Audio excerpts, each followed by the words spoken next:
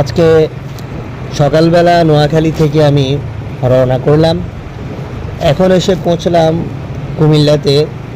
তো নোয়াখালী থেকে আমাদের ঢাকার দূরত্ব প্রায় 170 থেকে 75 কিলোমিটার।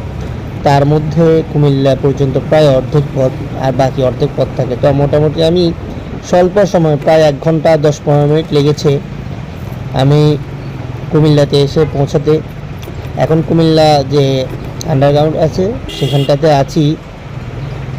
কিছুক্ষণের মধ্যে এই টানটা নেওয়ার পরে আমার হচ্ছে যে গন্তব্য, তার উদ্দেশ্যে যে প্রপারলি যে হাইওয়ে আছে ঢাকা বিশ্ব রোড, চট্টগ্রাম ঢাকা যে হাইওয়ে আছে সেটাতে প্রবেশ করব।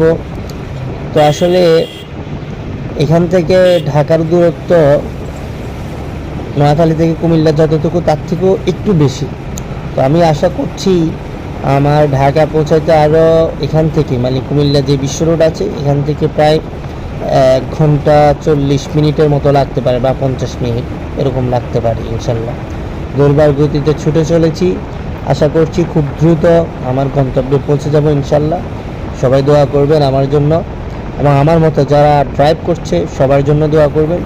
যারা বিভিন্ন জায়গায় যাচ্ছে, আরোহণকৃত আছে, সবার জন্য দোয়া করবেন যেন সেফটি সবাই রাইড করতে পারে এবং তাদের গন্তব্যে পৌঁছাতে পারে।